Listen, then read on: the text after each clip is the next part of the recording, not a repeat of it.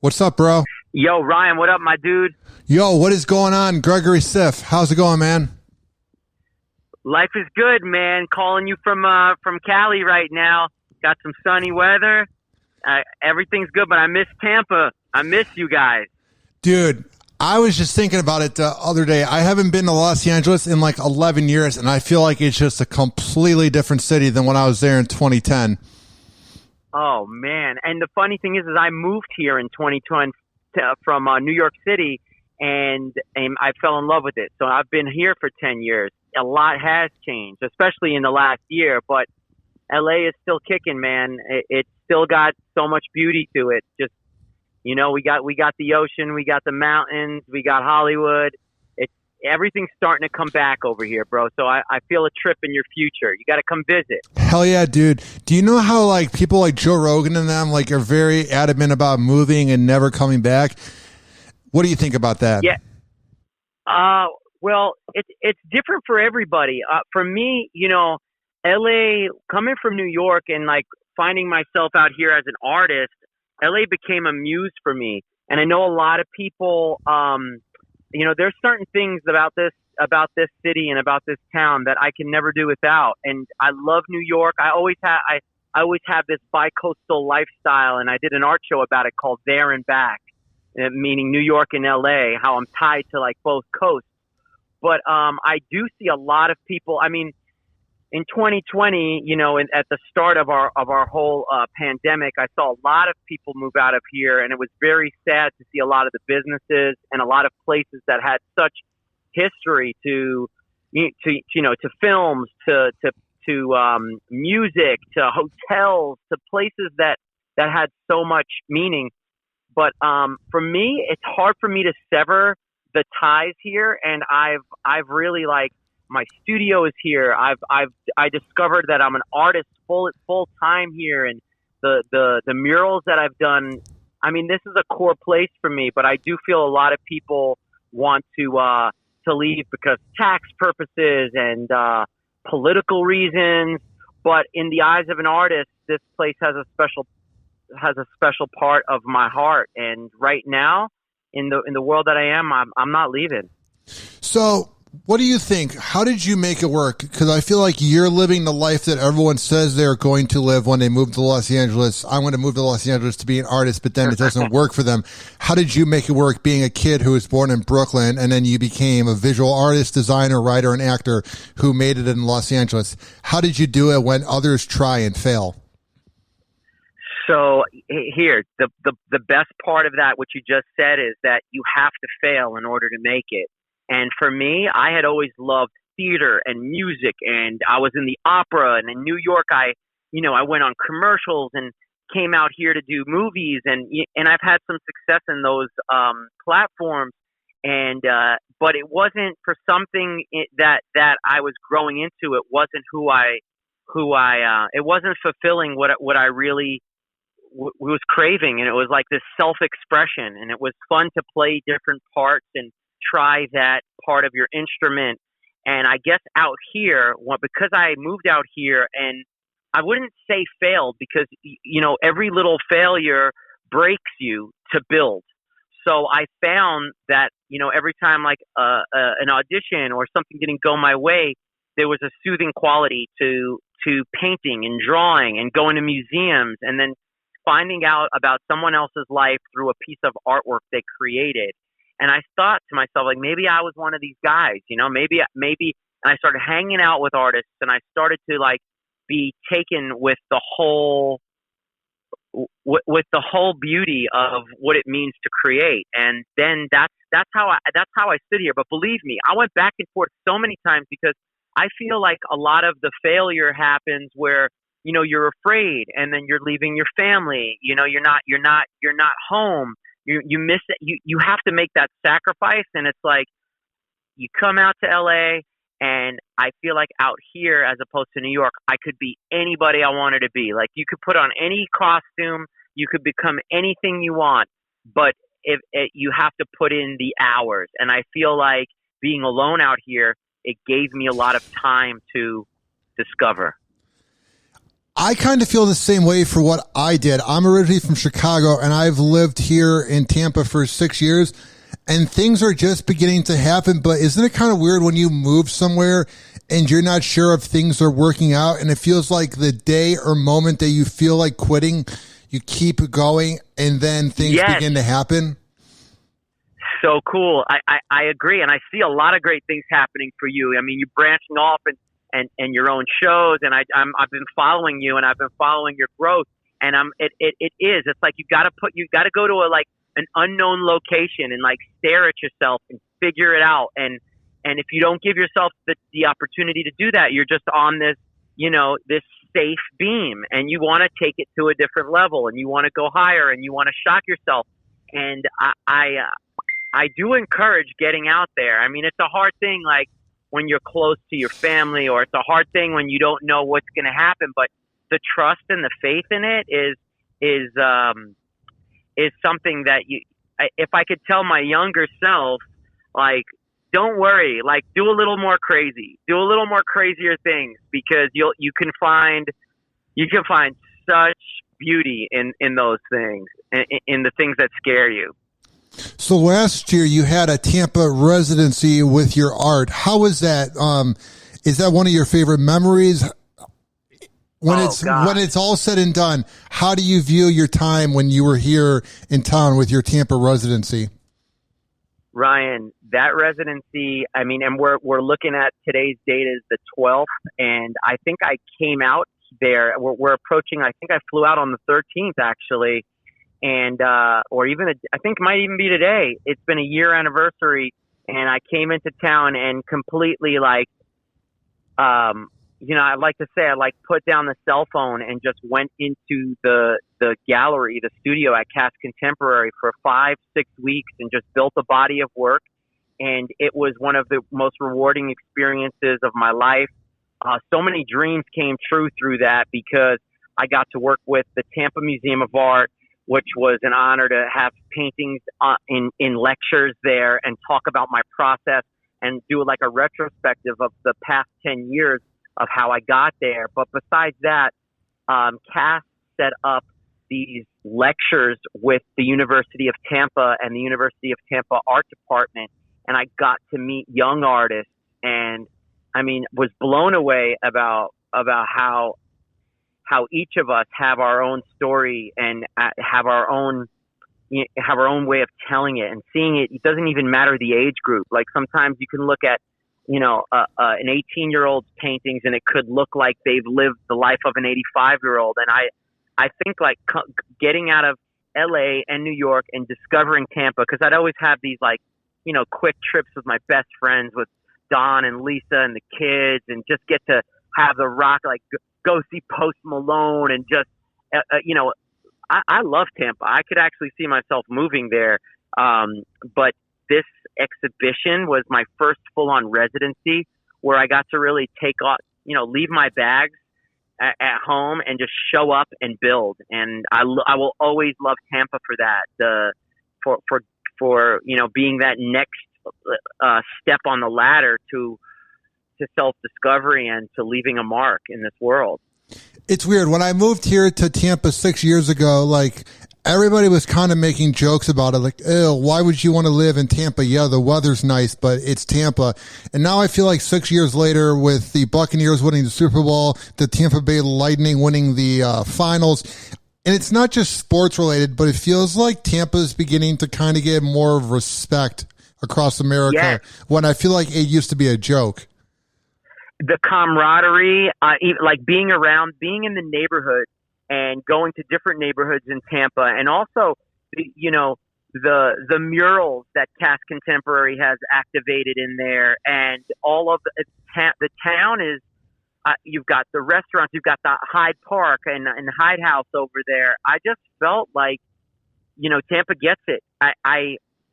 People can't really talk about a place until they've been there, and that I really do encourage people to take that trip, because everyone comes to Florida and, let's go to Miami. But there's a certain nooks in this world.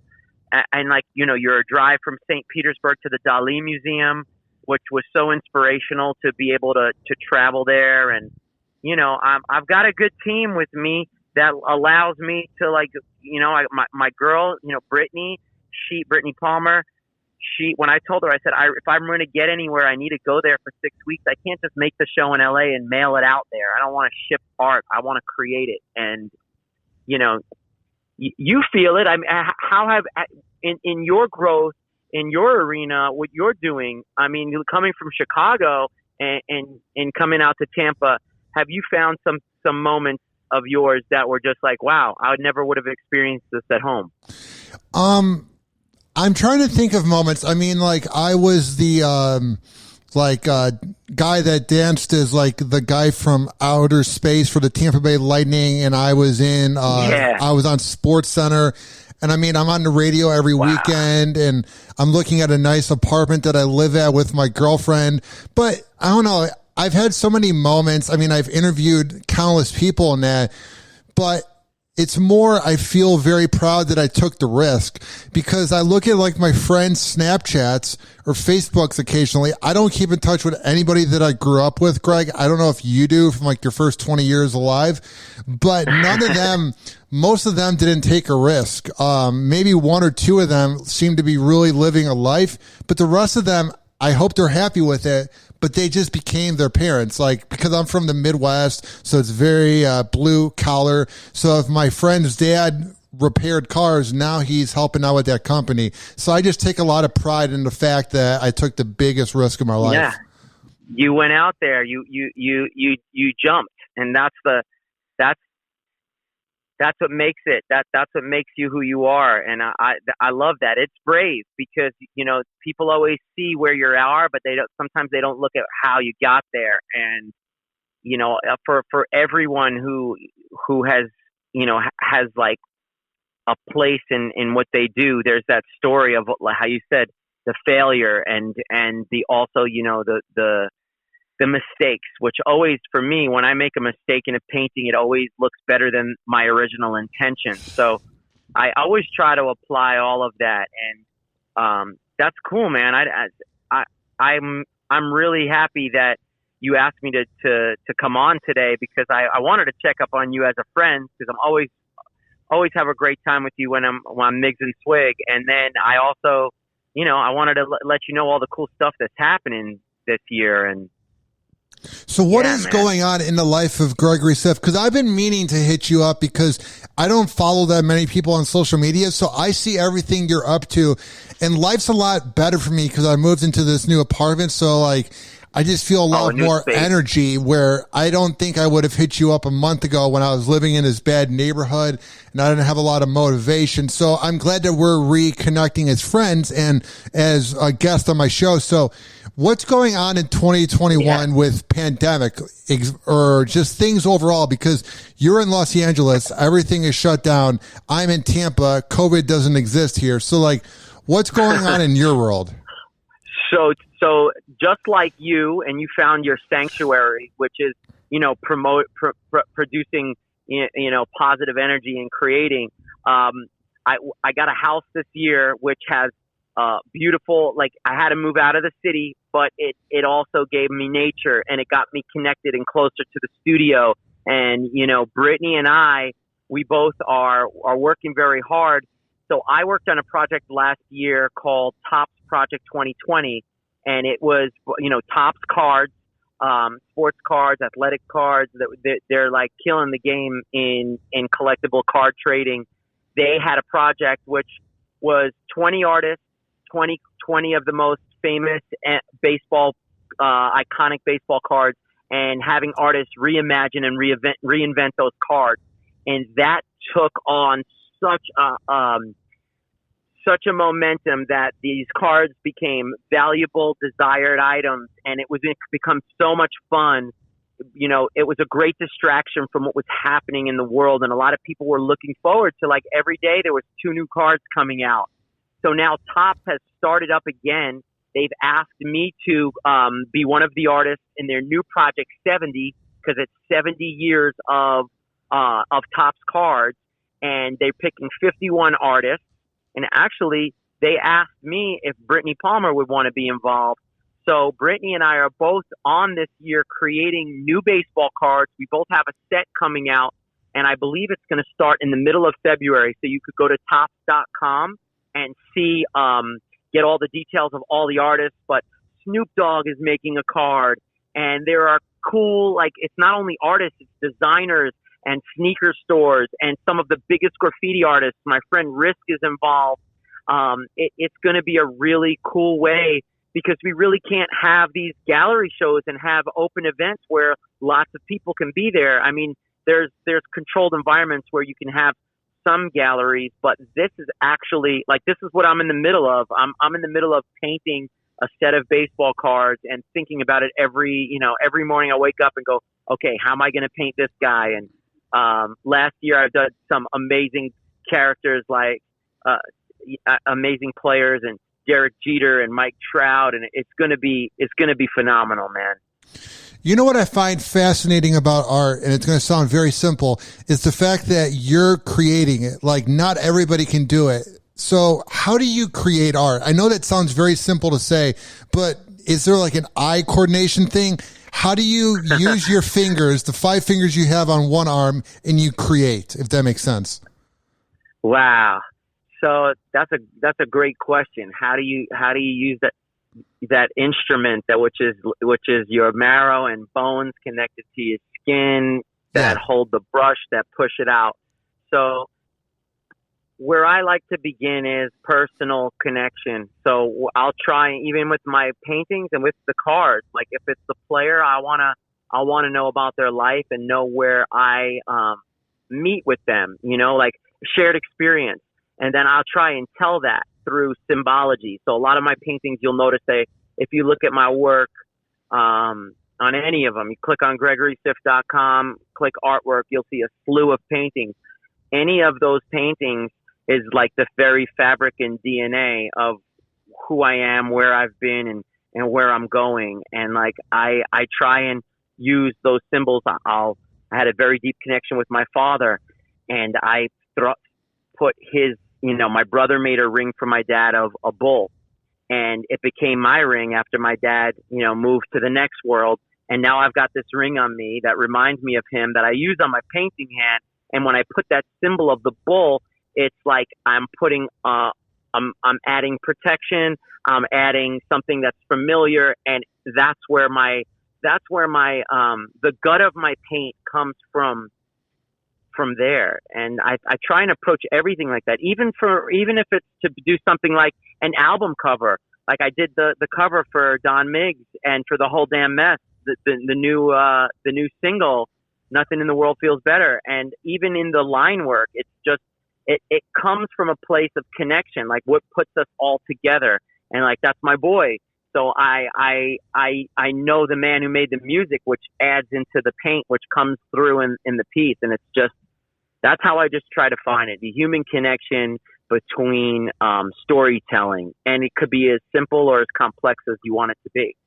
So me and you both have in common that both of our dads went into the next world.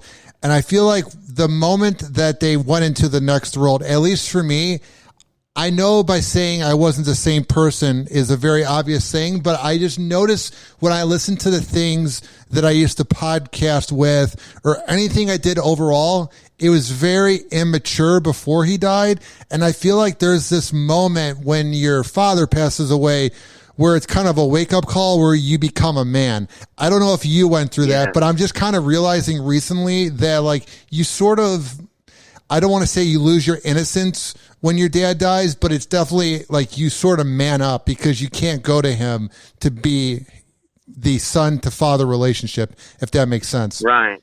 So well said, man. I feel the same way, because you're walking around this earth as the guy that you've always been, or as the boy that you've always been. And this, this event, this energy, this force just, shatters. It's almost like you crack out of the egg of your old self, and now you're like, okay, how am I going to deal? Because I do wish that I can ask those questions in the physical and have a physical verbal answer, like, am I doing this right? But you do have to man up, and you have to trust in your choices and love them and have that confidence. but in a funny way. As much as, when people are here, sometimes we can take them for granted, or in the physical, present time, when you're connected spiritually to someone, there's even a stronger pulse to the person. I think there's the writer of The Little Prince has a quote that I read from him, Antoine Saint-Exupéry, and something about like the presence of a man is felt more when they're not here than when they are here, because that was one of the lines from The Little Prince. The most essential, I'm very close to it. What is essential is invisible to the eye. And, sometimes the visible, we just take it for what it is. And I know, man, it's just, I do not think that this is all there is. And I'm grateful for the moments that I've had, but I'm also grateful for the natural order and process of the world to be who I am now. And I found art because of that. Like, and then he found me through my art. It's a crazy, unspeakable, emotional thing that life gives us, that everybody has to experience. There's no one, and that's what makes it precious. That's what makes every moment. Like, just remember to be right here, like right now. I'm with you. You and I are in this present moment talking about what it means to graduate in life. And I think the thing too that I really learned when my dad died, that I haven't really figured out, that I learned until recently, is that you're not above anything. Like, I remember growing up, because my dad died of cancer, but I was 21 when he did. But I remember growing up, it's all good, dude. I appreciate you, though. There were a few people that, their parents got cancer, or one of my classmates got cancer, and they died. And it was like this almost immaturity where I went, oh, that's not going to happen to me. Like, where I would I was also 15, so I was a douchebag. But you know what I'm saying? Like, you go, oh, I'm sorry. But then you go, that's not going to happen to me. So then when it does happen to you, you go, damn, it happened to me, if that makes sense. I know. It's this invincible feeling, like when we're young and we're superheroes. I mean, we're superheroes throughout life, but when we're younger, we only know what we've seen, and we haven't seen much, or we haven't seen enough to understand it. But that's great that you've got the I say it like this because in UFC. And I even, you're an artist, Ryan. You present your personality and bring it out there and share it with people and share it with the world, and people tune in and I feel like now that Brittany is getting ready to go to UFC because there's a fight this weekend in Vegas, and I had said to her, I was like, how a lot of the fighters have these cauliflowered ears, like the ears are mounded and they're like puffed up because of all the hours of fighting, they wear it as a badge of honor. Like, if you have the bigger ears, you've seen more things in life. And I was like, it's so funny. I was like, all of us as human beings, like especially all of us as people have hearts. And I said, the artists and the ones that feel, and the poets and the creatives, we have cauliflower hearts because the things that we go to, that we feel in order to put the output of our creations. Like, people don't get to see the cauliflower heart, but they see it in the paintings. They hear it in the song. And that's something that I'd always thought about when it came to what people go through in this life. When you're younger, you don't see all that.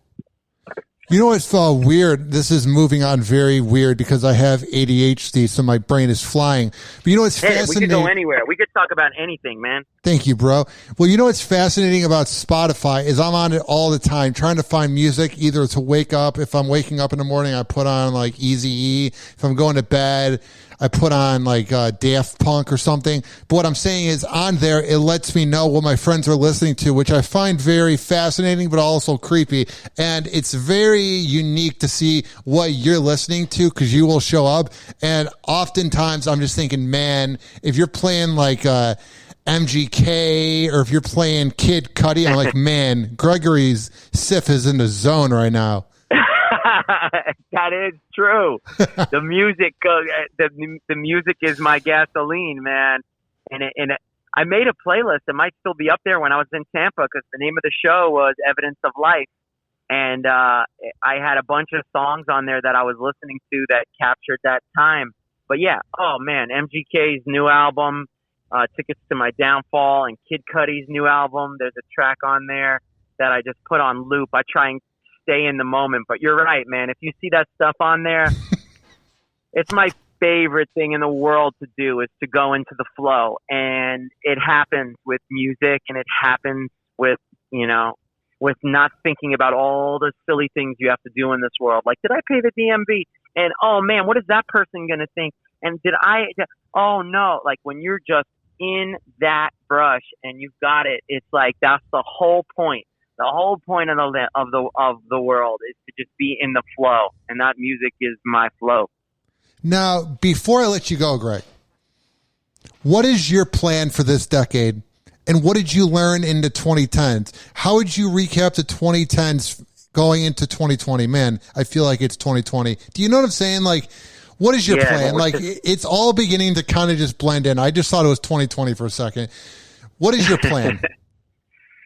Wow. So, the plan starts with one brick at a time. And like, for me, if you go back to 2010, all I wanted to do was sell one painting or sell some T-shirts to make sure I had enough rent to cover the rent so I can stay in Los Angeles. Let's take it back to the city. And every day I would just try and say, paint one thing a day and share it. And if someone likes it, remember who they are and remember that person and check in with them. Send them an email and be like, I just worked on this. Like, don't expect huge things all at once, but just one thing at a time. And that's kind of like what I've been doing for the past 10 years. And then you look back, like when I was at the museum, at the Tampa Museum of Art, and I look back at that lecture, I'm like, that all happened without like pushing it, without, you can't jump to the 10-year, you can't jump to 2020 without doing 2011 and 2012. So to be in the present, and for me, for my next 10-year plan, I try and remember what it's like to be just starting out and wanting to sell that first T-shirt and saying, okay, so I find myself going back to that kid, and I'm the eternal kid, because that's the way that I make my work. I'm on my knees, on the floor, on the ground, from the root up, like planting seeds in the soil. And I just remember to be that hungry kid that loves the way colors look on paper, and just to remember to keep pushing. So this year I have so many new projects that are coming in new mediums and new formats. The Tops project is what I'm presently looking at now. My manager, Lisa Falcone, she always has a great barometer. She always tells me, she's like, come with something hot. If someone wants to work with you, it's got to be hot. It's got to push forward. And I agree. It's got to be something sensational, and you got to make life marvelous. And that's where I'm at, is just like, let's take each day, one day at a time. And I'm loving 2020. I love the upward swing and the momentum, and that we've went through a hard year last year. Thank God everybody is pushed through, and I'm so happy to plant some more seeds to watch this grow, Now, if people want to hire you for an event, or they want to purchase your merchandise, everything in the world, in the universe of Gregory Siff, how can they find you? So they can find me at when art shows and exhibitions come back. I will be at all of my art exhibitions, because I love to connect with my audience. And you could look at paintings all day online, but you don't know until you're in front of it, So I would say, GregorySiff.com. You can connect with me on there at Instagram at Gregory Siff. My Twitter is at Gregory Siff, and it's like S as in Sam, I as in ice cream, SF as in fantastic, because it sounds funny sometimes when you say it on the phone. But yeah, Gregory Siff. And you could send me an email, Gregory at GregorySiff.com. I'm always in the studio. I'm always working, and I love I love creatives, man. I love people that are on the same vibe, that are on the same wavelength, that are trying to figure out what it means to be human, and do that through your instrument. Well, dude, it's been a lot of fun having you on the show. Hopefully COVID will end soon so that you can come by Tampa and then hang out with Migs and Swig, and we can hang out and we'll figure it out. I don't know. Like, COVID's so bizarre, dude. Like, I just took a nap for 90 minutes because I wanted to get ready for the interview, and I forgot that COVID was going on, and I thought the year was 2020. Do you ever have that where you're just so overwhelmed by everything that you forget that we're in a pandemic?